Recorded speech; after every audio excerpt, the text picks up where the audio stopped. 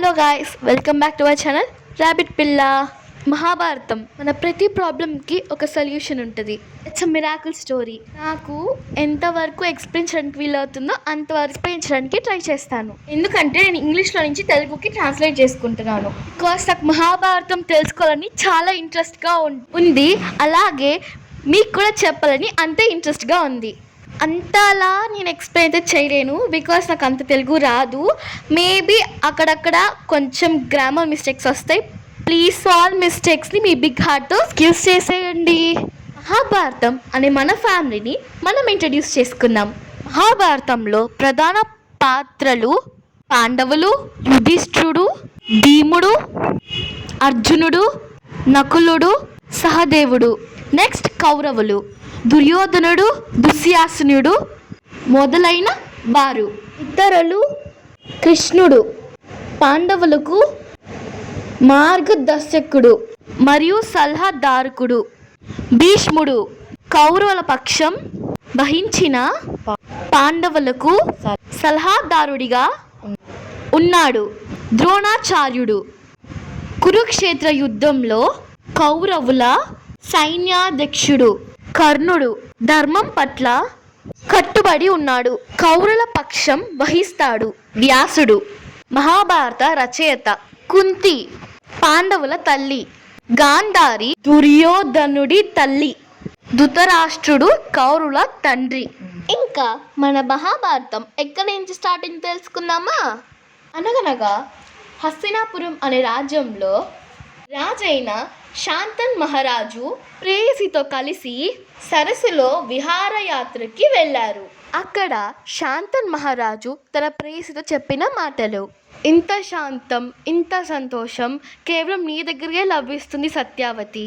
సిగ్గుపడుతున్న సత్యవతి మోము చూస్తూ రాచరికపు బాధ్యతని, యుద్ధం, సంఘర్షణలు, సమస్యలు, కూడిన న్యాయ అన్యాయ వాదనలు, వీటన్నిటిని నీ దగ్గర మర్చిపోగలుగుతాను. దీనికి అతీతంగా ఎవరికైనా ఏం కోరికలు ఉంటాయి సత్యవతి? జీవించాలి అనే కోరిక మహారాజా.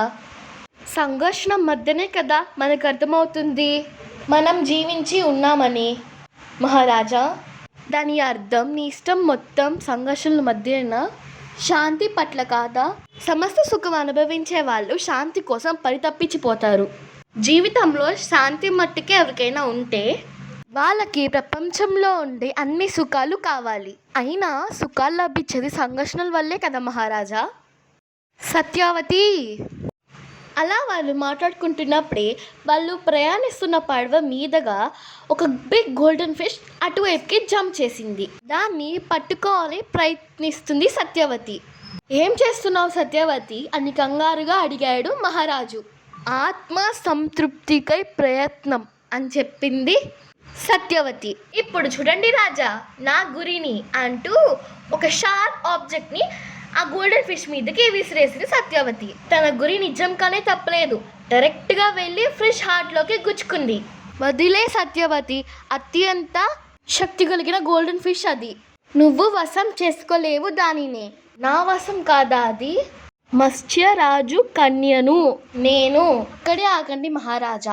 దానితో ఆ ఫిష్తో పోరాటం స్టార్ట్ చేసింది. ఈ ఫిష్ని నేనే చేయి చిక్కించుకుంటాను. వదిలే సత్యవతి, ఫిషర్మెన్స్ని మేము ఆదేశిస్తాం.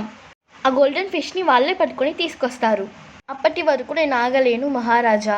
ఫిష్ అయినా అవకాశమైనా మన ముందుకు వచ్చినప్పుడు మనం చేయి చిక్కించుకోవాలి మహారాజా. సత్యవతి, అక్కడ చూడు, ప్రమాదం ముంచుకొస్తుంది అని వాటర్లో ఉన్న చిన్న కొండని చూపించాడు. అది చూసిన సత్యవతి తాడుని తన నడుం చుట్టూ చుట్టుకొని తన బలమంతా ఉపయోగించి ఆ తాడుని లాగుతుంది. చేపను ఒడిసి పట్టి ఒడ్డుకి చేర్చింది.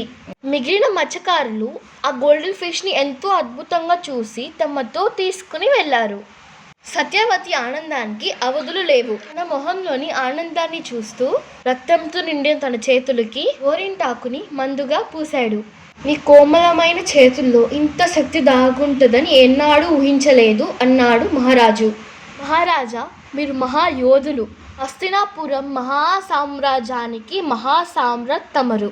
మీకు తెలియంది కాదు కదా. శక్తి చేతుల్లో ఉండదు, మన హృదయంలో ఉంటుంది. శక్తి హృదయంలో ఇమిడి ఉంటుంది. ఇచ్ఛాశక్తి హృదయ శక్తి.